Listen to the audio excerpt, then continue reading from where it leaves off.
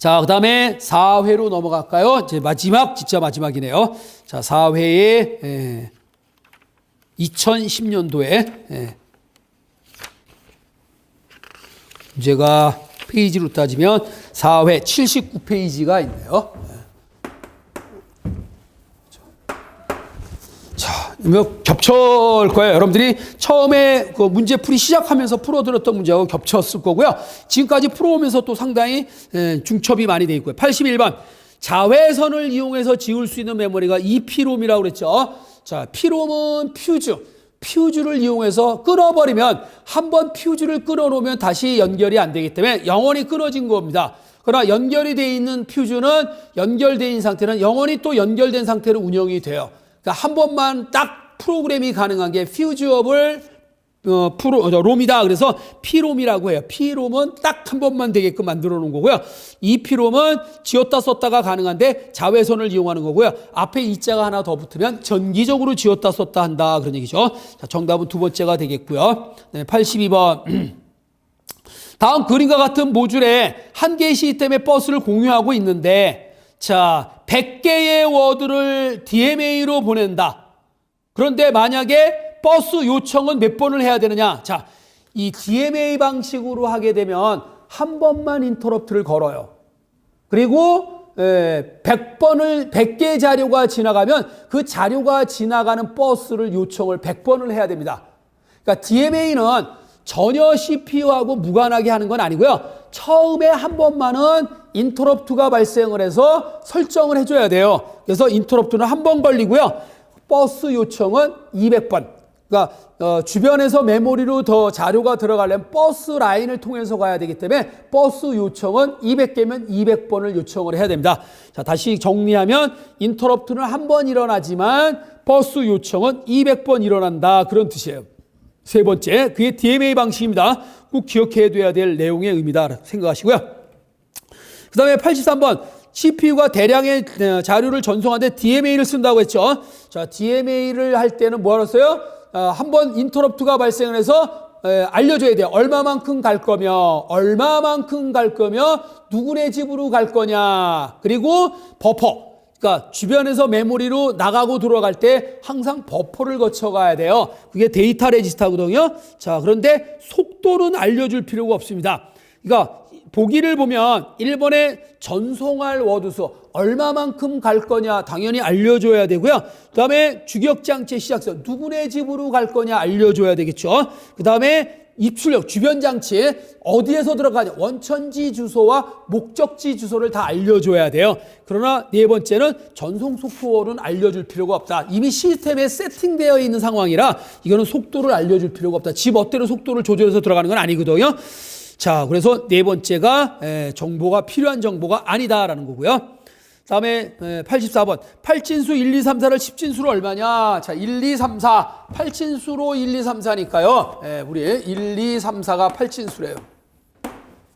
그러면 이거를 뭘로 고치라고 그랬어요? 10진수로 고치면 얼마냐? 그러면 직접 10진수로 고쳐도 되는데 빨리 하는 방법은 2진수로 고쳐서 고치는 게 빨라요. 자, 1은 뭐예요? 001. 2는 뭐예요? 010. 3은 뭐예요? 011. 4는 뭐예요? 100이다. 이렇게 요 1, 2, 3, 4라는 8진수를 2진수로 고치면 세 자리씩 늘리면 되는 겁니다. 이렇게 세 자리씩. 자, 근데 맨 앞에는 필요 없고요. 0은 그렇죠? 자, 그럼 이게 얼마게?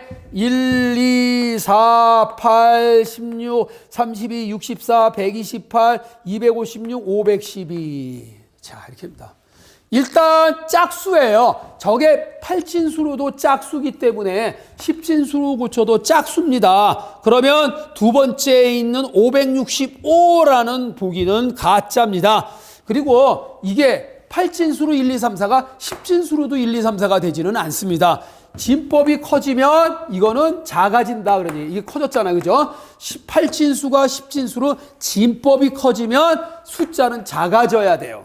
그러니까 1, 2, 3, 4보다 작아야 되니까 1, 2, 3, 4는 답이 될 수가 없다라는 얘기고요. 그 다음에 지금 최소한 510이라는 값은 가중치를 갖고 있으니까 512보다는 크다라는 게 금방 자명해지니까 1번 보기가 또 답이 아니니까 3번만 답이 될 수밖에 없다. 그러니까 다 더하면 3번 보기에 668이 나와요. 그러나 이걸 다 더할 필요가 없다. 눈치껏 푸는 거야. 1번 보기는 278인데 278보다는 훨씬 크죠. 왜? 여기에 1이라는 가중치가 510이라는 가중치를 갖고 있잖아요. 그러니까 512보다는 커야 된다라는 얘기죠. 그래서 세 번째가 정답이 되겠다 생각을 하시라는 얘기죠. 다음 85번 앞에서 풀었던 거네 이것도요. 정보의 표현 단위 문자를 나타내기 위한 단위가 바이트입니다. 바이트는 컴퓨터 내의 절대 주소이기도 하지만 문자를 표현하기 위한 단위이기도 해요. 바이트가 바로 정답이 되겠다라고 생각을 하시고요. 그 다음에 이것도 앞에서 풀었네요. 순차 탐색을 하는데 n개의 자료에 대하여 평균키 비교해 쓰는 n개의 자료가 정렬이 안 돼 있기 때문에 일일이 다 뒤져봐야 돼요. 자, 그러면 여기 나열된 자료가 있습니다. 이렇게 하나, 둘, 셋, 넷, 다섯, 여섯, 일곱, 여덟, 아홉, 10개다. 10개의 자료를 찾아야 되는데 이게 정렬이 되어 있으면 굉장히 빨리 찾아요. 반씩 뚝뚝 잘라나가면 되는데 이거는 정렬이 안 돼 있기 때문에 반씩 자를 수가 없어요. 막 여기저기 흩어져 있어요. 그냥 서열이 정해져 있지 않은 경우는 어떻게 해요? 순서대로 뒤져라 그런 얘기예요. 자, 이런 경우 재수가 가장 좋은 경우 뭐예요? 한 번만에 찾는 거죠. 한 번에 딱 갔더니 내가 원하는 자료다. 한 번만에 찾았을 때가 최선의 경우, 가장 좋은 경우예요. 그다음 최악의 경우는 뭐예요? 10개니까 10번째 10번만에 뒤져서 찾으면 최악의 경우죠. 그래서 최악의 경우, 가장 최선의 경우와 최악의 경우에 평균을 내라. 그러면 더해서 2로 나눠주면 돼요.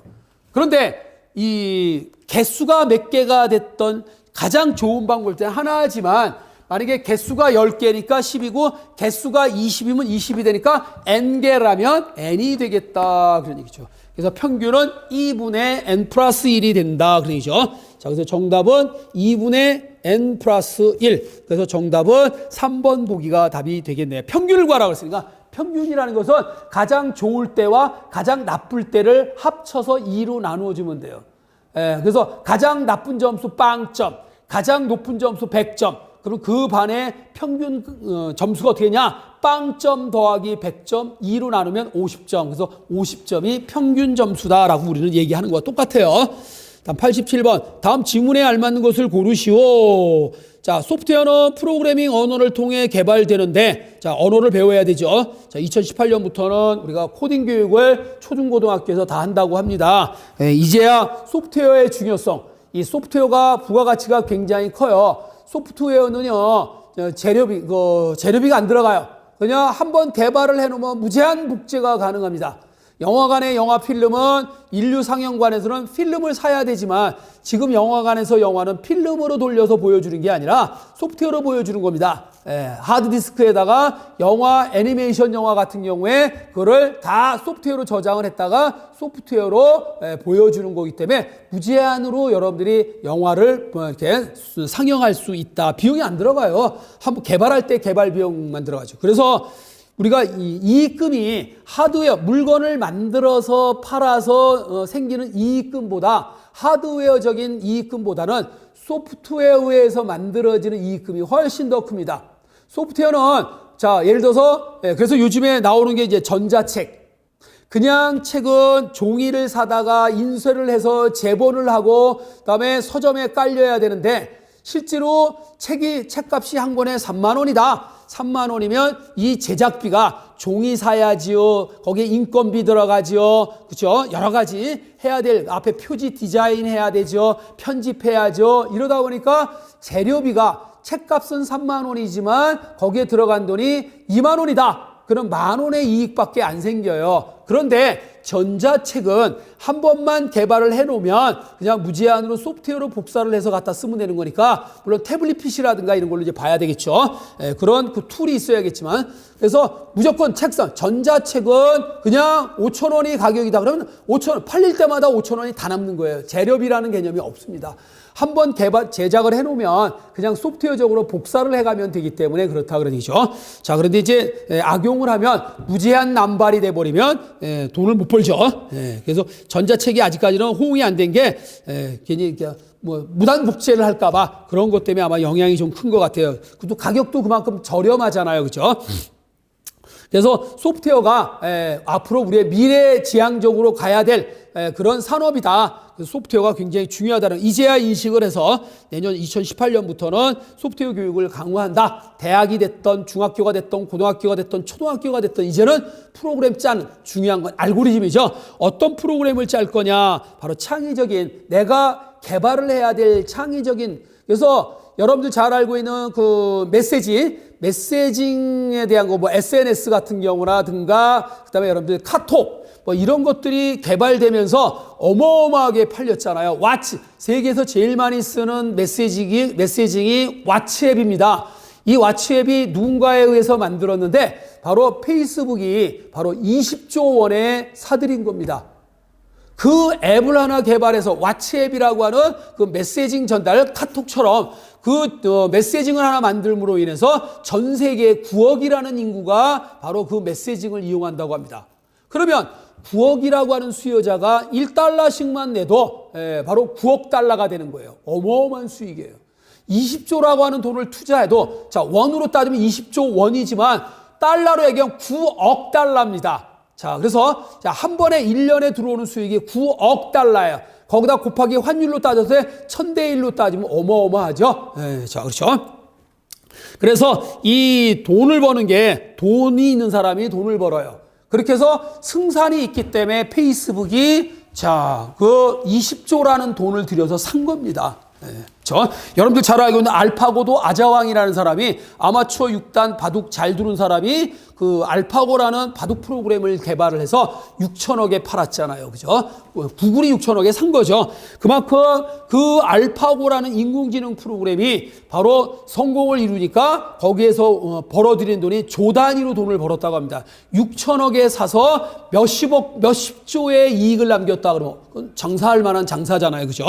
자, 어마어마한 투자입니다. 그래서 앱을 하나 잘 개발을 하면 돈 많은 사람들이 그건 내가 사업하면 돈 더 벌 수 있다. 그러니까 이걸 얼마에 팔아라. 이건 얼른 팔아야겠죠. 비싸게 여러분들이 팔 수 있습니다. 앞으로 미래에 얼마만큼의 가치를 보고 미래 가치까지 따져서 그만큼 돈을 여러분들이 받아낼 수 있어요. 그러니까 좋은 앱을 개발한다는 게 어렵긴 하지만 아이디어만 있어도 됩니다. 실제 앱 자체를 개발하지 않아도요. 아이디어만 있으면은 그 아이디어를 듣고 그대로 앱으로 개발하시는 분들이 많아요.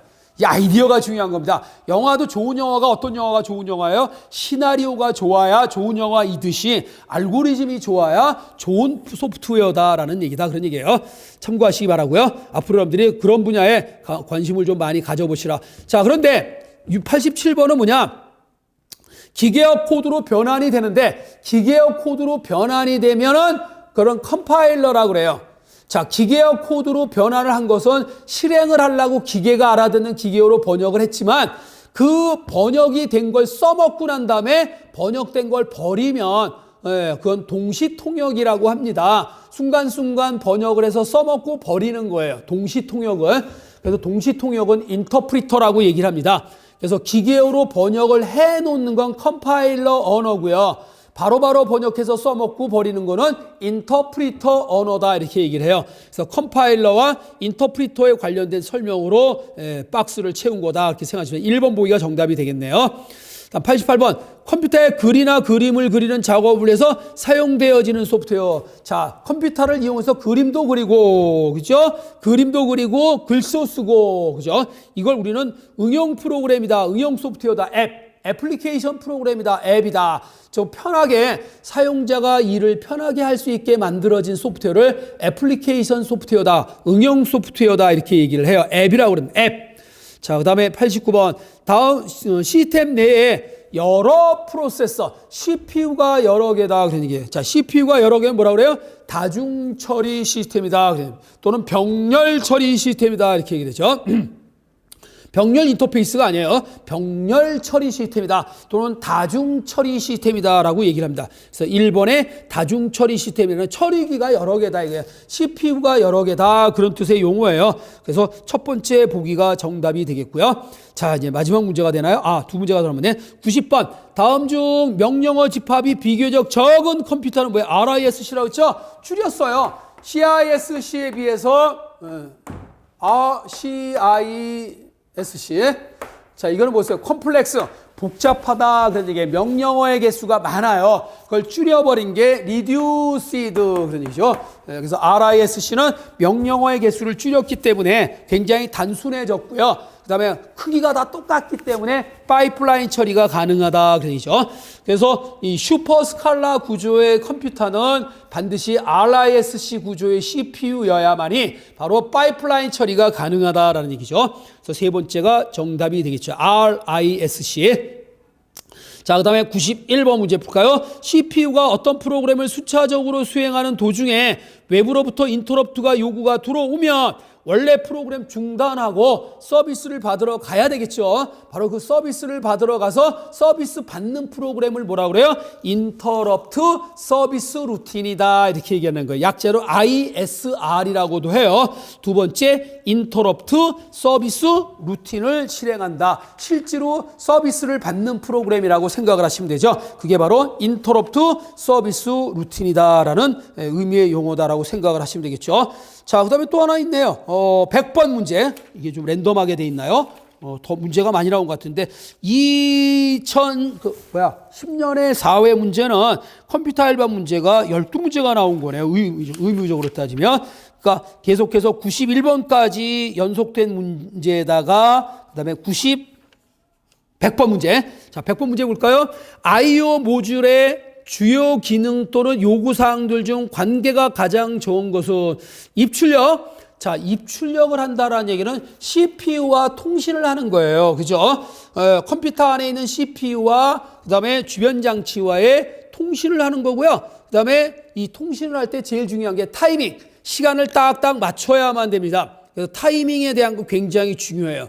그러면서 주변 장치들의 오류가 심하니까 오류가 잘못된 거, 오류가 생긴 것들은 검출을 해줘야 됩니다. 그래서 오류 검출. 그러나 데이터를 압축하는 것은 의무적으로 해야 되는 것은 아니다라는 얘기죠. 주요 기능이 아니라 부수적인 기능이죠. 데이터를 압축. 통신을 할 때 통신 비용을 절약을 하려면 압축을 해서 보내야 된다라는 것은 통신 비용 절감적인 차원이기 때문에 이거는 기본적 기능이 아니라 옵션이죠. 그러니까 선택적이다 그런 얘기예요. 그래서 기본 기능에 들어가는 건 아니다라는, 데이터 압축은 이렇게 기본 기능이 아니라 옵션에 들어간다라고 생각을 하시면 돼요. 그래서 첫 번째 보기가 기본 기능하고는 요구사항이 아니다. 그래서 첫 번째 보기가 정답이 되겠네요.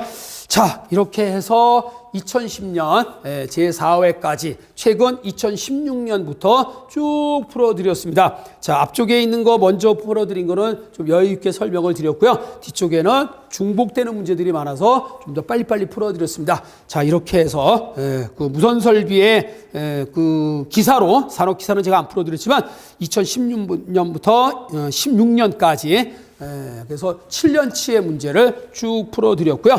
기출문제만 많이 풀어보고 가셔도 문제은행식이기 때문에 물론 새로운 문제가 하나 정도는 튀어나올 수 있어요. 그러나 응용 능력은 충분히 가능하다라고 생각이 됩니다. 그래서 컴퓨터 일반에서 꽈락이 생기지 않도록 신경을 좀 써주시면 아마 합격하는 데는 전혀 지장이 없지 않을까 이렇게 생각이 듭니다. 자, 이상으로 모두 마치도록 하겠습니다. 수고하셨습니다.